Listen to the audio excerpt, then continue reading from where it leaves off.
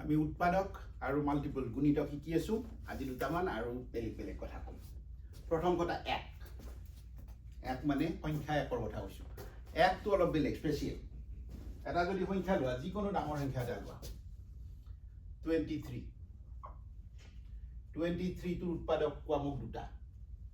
23 প্ৰথম উৎপাদক দুটা কি 23 টাইমছ 1 23 পূৰণ 1 তাৰ মানে 23 আৰু 1 23ৰ উৎপাদক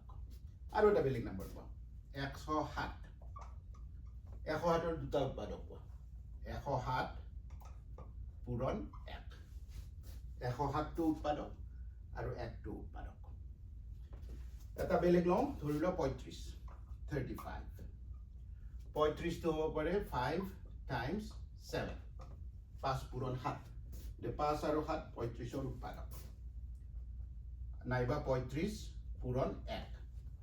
35 আৰু 1 35ৰ উৎপাদক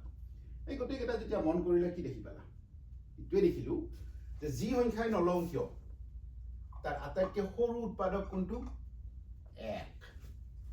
যিকোনো সংখ্যাৰে আটাইতকৈ সৰু উৎপাদকটো 1 আৰু আটাইতকৈ ডাঙৰ উৎপাদকটো কি আটাইতকৈ ডাঙৰ সংখ্যাটোৰ উৎপাদকটো সি নিজেই 23ৰ চবতকৈ ডাঙৰ উৎপাদকটো 23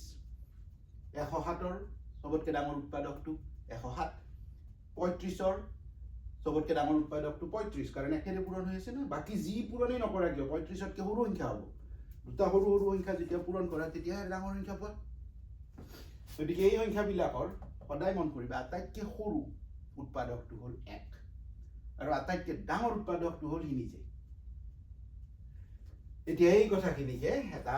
আৰু এটা ল'ম এতিয়া শূন্যক কি কৰা যায় শূন্যটো উৎপাদক হয় নে নহয় যদি আমি শূন্য বুলি লিখো শূন্যটো আমি লিখিব পাৰো 0 পূৰণ 0 সঁচা কথা 0 পূৰণ 10 এইটো 0 পূৰণ 1070 এইটো 0 এতিয়া যদি কওঁ শূন্যৰ উৎপাদক কি শূন্যটো শূন্যৰ উৎপাদক হয় নে নহয় এইটো বৰ সাংঘাতিক কথা হ'ল আগতেতো কৈ আছো ইমান সময় দুটা সংখ্যা পূৰণ কৰিলে যেতিয়া এটা বেলেগ সংখ্যা পাওঁ সিহঁত উৎপাদক এতিয়া শূন্যটোৰ কি হ'ব উৎপাদকৰ এটা কথা মন কৰা তোমালোকে 2 পূৰণ 3 সমান 6 এতিয়া উৎপাদক আৰু হৰণ কৰা শিকিম দেই আগতে হৰণ অংক শিকিছা ন তোমালোকে এই দুটা 2 পূৰণ 3 এইটো যদি লোৱা 6 হৰণ 2 কিমান 6 যদি 2 ৰে হৰণ কৰোঁ কি পাওঁ আমি 2 3 গুণ 6 3 পাওঁ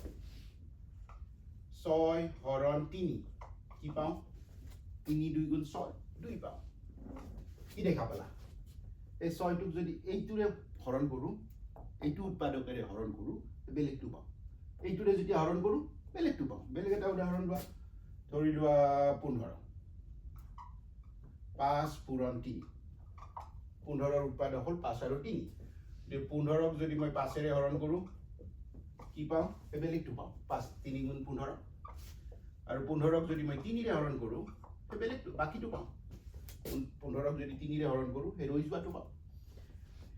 এতিয়া সেই ৰুলটো এইটোত এপ্লাই কৰিছোঁ 0 এইটোত চাওঁ বাৰু প্ৰথমতে এইটো চাম দে এইটো 0 হৰণ 10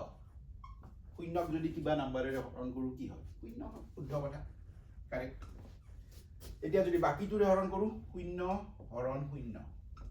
সেই নিয়ম মতে এইটো 10 হ'ব লাগে এইটোৰে হৰণ কৰিছোঁ গতিকে বাকীটো হ'ব লাগে কিন্তু শূন্যক যদি শূন্যৰে হৰণ কৰোঁ আমি একো নাজানো সেইটো কেনেকৈ কৰে এইটো আনডিফাইণ্ড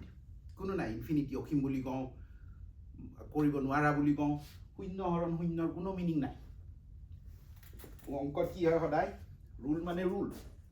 এইটো এটা ৰুল এইটোৰে ডাঙৰ সংখ্যাটোক যেতিয়া এটাৰে হৰণ কৰিব বাকীটো আহিবই লাগিব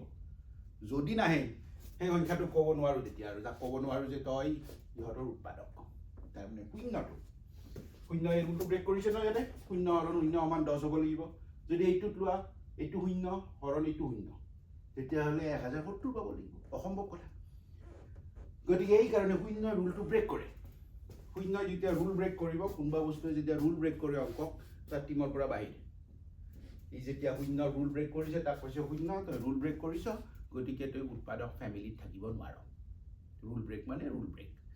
গতিকে ৰুট যেতিয়া তই নিয়ম ভাঙি দিয়ে গতিকে তোক আমি কওঁ যে তই কোনো সংখ্যাৰে উৎপাদক নহয় কাৰণ তই ৰুলটো ভাঙ গতিকে উইঙ্গাৰটো কোনো সংখ্যাৰ উৎপাদক নহয়